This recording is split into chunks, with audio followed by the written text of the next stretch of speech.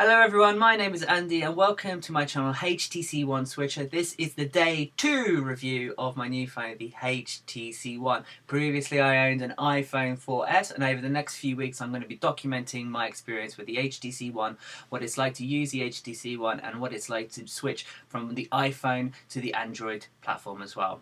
Today I'm going to be primarily talking about the battery life of this phone. I was out all day today and it was all on the 3G network, no Wi-Fi at all, so you guys will be interested to see what happens with that. Also, I've been showing a couple of my new friends this phone as well, and to see what they thought of it as a first time impression.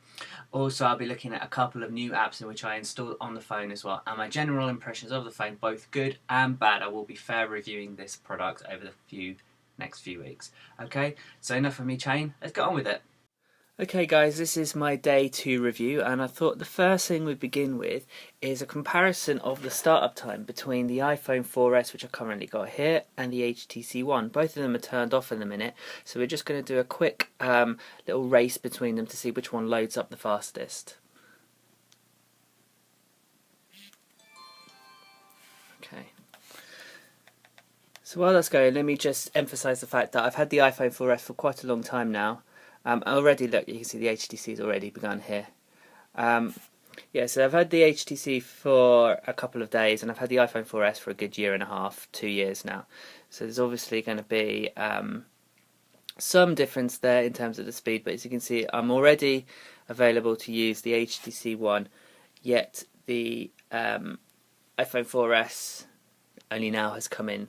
So that's a very quick comparison there, and you can clearly see how fast the HTC was in comparison to that.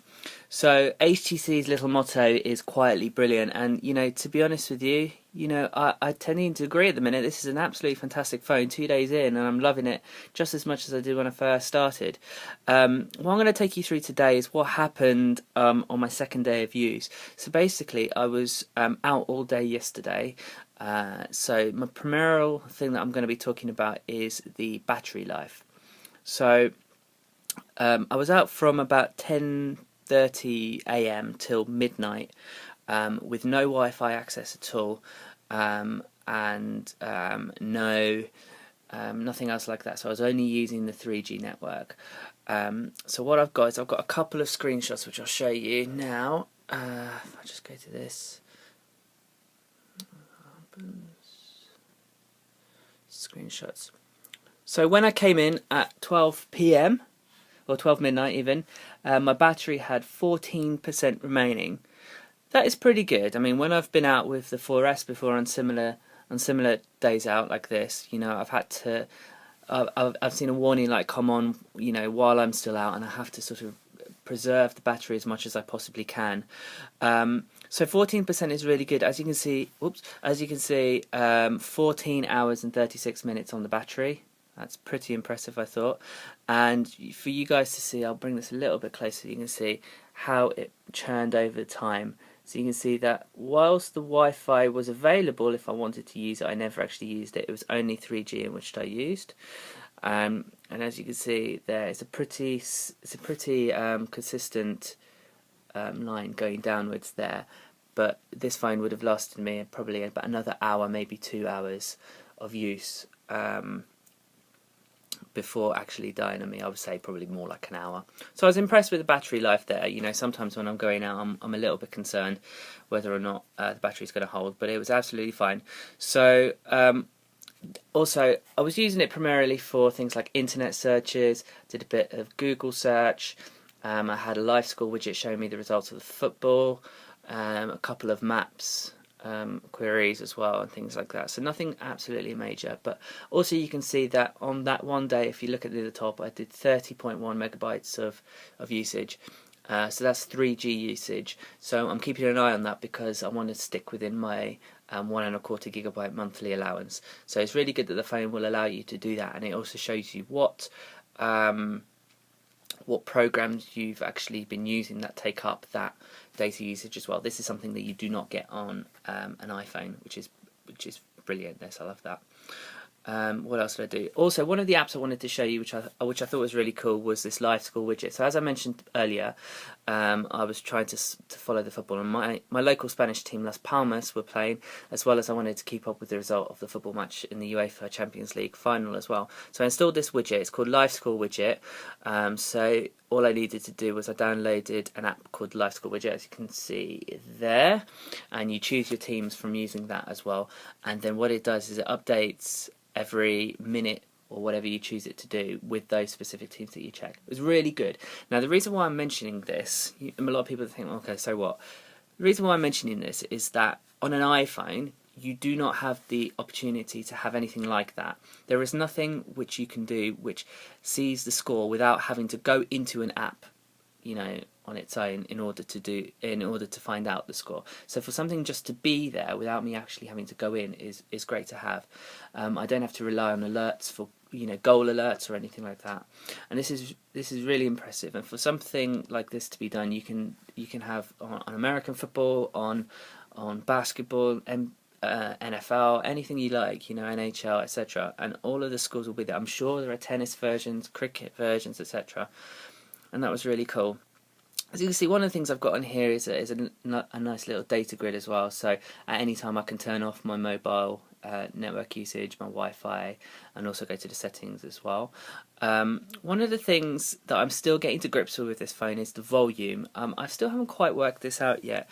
On an iPhone, you have, as you can see, this button here. That is just your simple volume button. So you turn it on when you want it to have normal sound, and you turn it off when you want it to be on silent. On this phone, there isn't such a thing. There's no such button for it.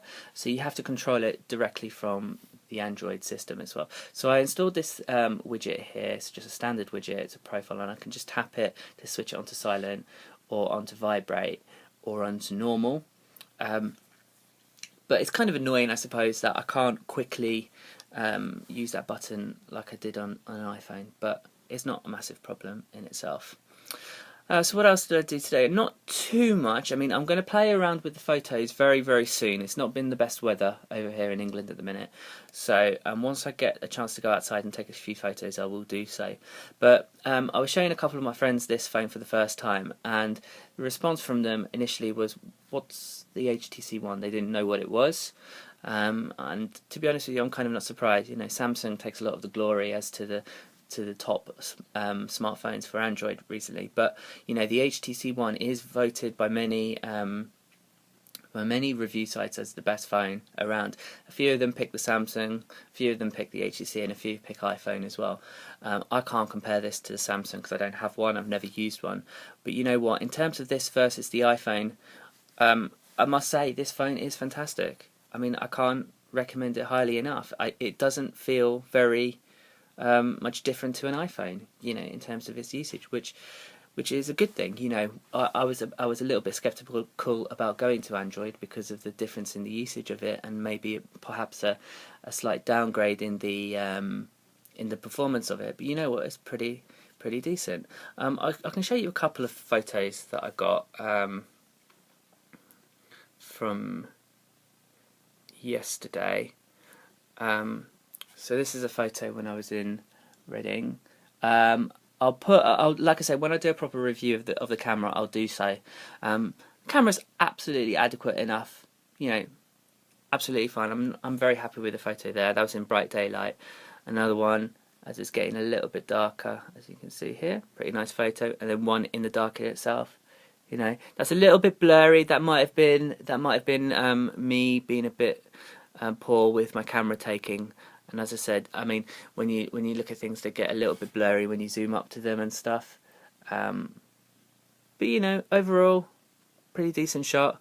I wouldn't use this if I was a pro or anything like that, but then I'd just use my normal camera, like a general camera rather than a phone camera. So you know what? Obviously, this is a great phone. Day 2 of using it is absolutely perfect. I've got no intention of going to any other phone at the minute. This is a fantastic phone to be using. Everything's very slick, everything's very fast, apps very clean to use.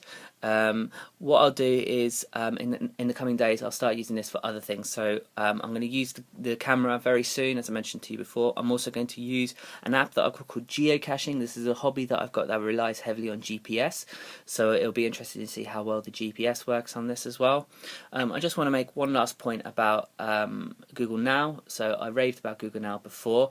Google Now was fantastic again. So as I said, I was not at the house all day yesterday. So what I did was I had Google Now going, and at all times it was telling me the next train that was coming out of Reading, where I went to yesterday, and how quickly it would get me home. So underneath here, for example, it said Reading towards Paddington Station in London.